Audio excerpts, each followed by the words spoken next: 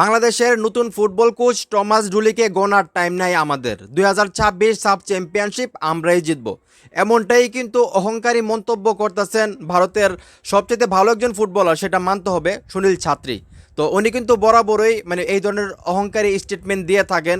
শুধু সুনীল ছাত্রী বললে ভুল হবে, ভারতের বেশিরভাগ ফুটবলারই বাংলাদেশের প্রশ্নে কিন্তু তারা অহংকার নিয়ে কথা বলে, এমনকি ক্রিকেটারও এরকম করে। তো আসলে আমাদের যে কোচ, নতুন কোচ গতকালকে বাংলাদেশে এসেছেন, উনি এখনও দায়িত্ব নিতে পারেন নাই। তার মধ্যে আসলে টমাস ডুলিকে নিয়ে যে ধরনের একটা মন্তব্য করলেন যে টমাস ডুলিকে নাকি আসলে গনার টাইম নেই, 2026 সাব চ্যাম্পিয়নশিপ ভারত জিতবে। যেখানে ভারত এখন পর্যন্ত সিদ্ধান্ত নিতে পারতেছে না ফুটবলাররা যে 2026 সাব চ্যাম্পিয়নশিপ বাংলাদেশেও তারা খেলতে আসবে কিনা, এটি তারা সিদ্ধান্ত নিতে পারতেছে না। তার মধ্যে তারা জিতে ফেলতেছে, চিন্তা করে দেখেন। তো আপনারা সবাই জানেন 2026 সাব চ্যাম্পিয়নশিপ অনুষ্ঠিত হবে বাংলাদেশে, এবং এইটা যখন ঘোষণা আসলো তখন থেকে কিন্তু ভারতের ফুটবলাররা বারবার বলতেছে আমরা সাব চ্যাম্পিয়নশিপ বাংলাদেশে খেলতে যাব না, এইগুলা খেলে লাভ নাই, আমাদের প্ল্যানিং বিশ্বকাপ খেলা, অনেক ধরনের অহংকারী কথা বলতেছে, বাংলাদেশকে ছোট করে কথা বলতেছে। আর এখন সুনীল ছাত্রী কী বললো, বাংলাদেশে গতকালকে টমাস জুলি আসলো, উনি এখনও দায়িত্ব নেই নাই, এখন এই কোচকে নাকি গনার টাইম নেই, 2026 সাব চ্যাম্পিয়নশিপ তারাই জিতবে। এতটা অহংকার কীভাবে হয় মানুষের ভিতরে আসলে আমি যাই না। আমরা দেখি লিওনেল মেসির কথা যদি বলি, নেইমারের কথা যদি বলি, বড় বড় উচ্চ মাপের যে ফুটবলাররা আছে তারা কতটা অহংকারী, তারা কতটা মানুষকে সম্মান দেয়, কতটা ভালোবাসা দেয় মানুষকে। কিন্তু ভারতের যে ফুটবলাররা আছে, ক্রিকেটাররা তো আছে অহংকারী, সবার কথা বলতেছি না, কিছু আছে, কিন্তু ফুটবলার প্রত্যেকটা যখন বাংলাদেশের ব্যাপার আসে তখন তারা যে ধরনের স্টেটমেন্ট দেয় সেইগুলো শুনলে আসলে খুবই খারাপ লাগে।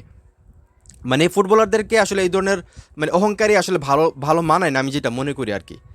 তারা বারবার বলতেছে আমরা বাংলাদেশে গিয়ে সাব চ্যাম্পিয়নশিপ খেলবো না, তারা চাইছিল বাংলাদেশে এটা কোনোভাবে বন্ধ করার জন্য সাব চ্যাম্পিয়নশিপ। কিন্তু ফিফা তো আর আইসিসি না ভাই যে তাদের কথা শুনবে। ফিফা ডাইরেক্ট বলছে যে না, বাংলাদেশ এবার আয়োজন করবে, এটাই কনফার্ম। তারপরে তারা কি ডিসিশন নিল যে আমরা 2026 সাব চ্যাম্পিয়নশিপ আমরা বাংলাদেশে গিয়ে খেলবো না, আমরা অন্য জায়গায় খেলবো, অন্য কিছু করবো, বিশ্বকাপে যাবো, এই ধরনের তারা মন্তব্য করলো ফুটবলাররা। আর এখন যখন বাংলাদেশের নতুন কোচ নিয়োগ দিল, উনি এখনও দায়িত্ব ওইভাবে নেই নাই।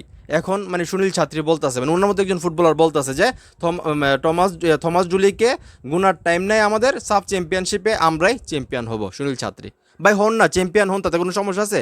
আপনারা যদি ভালো ফুটবল খেলে চ্যাম্পিয়ন হন, আপনাদেরকে তো আটকানোর মতো কারো ক্ষমতা নাই, ঠিক না? আর বাংলাদেশ যদি আপনাদের বিপক্ষে ভালো ফুটবল খেলে আপনাদেরকে যদি বাস দেয়, তাহলে সেটা তো আসলে বাংলাদেশের অ্যাচিভমেন্ট। লাস্ট যে ম্যাচটা আমরা খেলছি আপনাদের বিপক্ষে, সেখানে তো আপনারা হারছেন, সেটাকে ভুলে গেছেন। এবং সাব চ্যাম্পিয়নশিপ ঘরের মাঠে খেলবে বাংলাদেশ, এবং বাংলাদেশের হামজা চৌধুরী খেলবে, সুমিত চুম খেলবে, ফাহমিদুল খেলবে, রুনান সুলেমান খেলবে, ডেকলান সুলেমান খেলবে, আরও ফুটবলাররা আসতেছে ভাই। এত সহজ হবে সাব চ্যাম্পিয়নশিপ হওয়া? আসেন না এবার, দেখি কাপটা কী হবে, নেন, দেখা যাবো এবার। এবার আর সে সুযোগ নাই ভাই, সেই সুযোগ নাই। একটা কথাই বলবো সুনীল ছাত্রী আপনাকে, ভাই ফুটবলারদের মন মানসিকতা, শুধু ফুটবলার না, যারা ক্রীড়াবিদ আছে, যারা খেলাধুলা করে, তাদের মন মানসিকতা একটু অন্য লেভেলের হইতে হয়।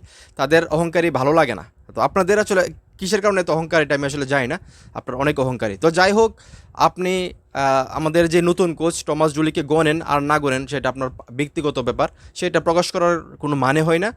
আর আপনারা সাফ চ্যাম্পিয়নশিপ হবেন 2026 সাফে, সেটা আসলে সময় বলে দেবে কে চ্যাম্পিয়ন হয়।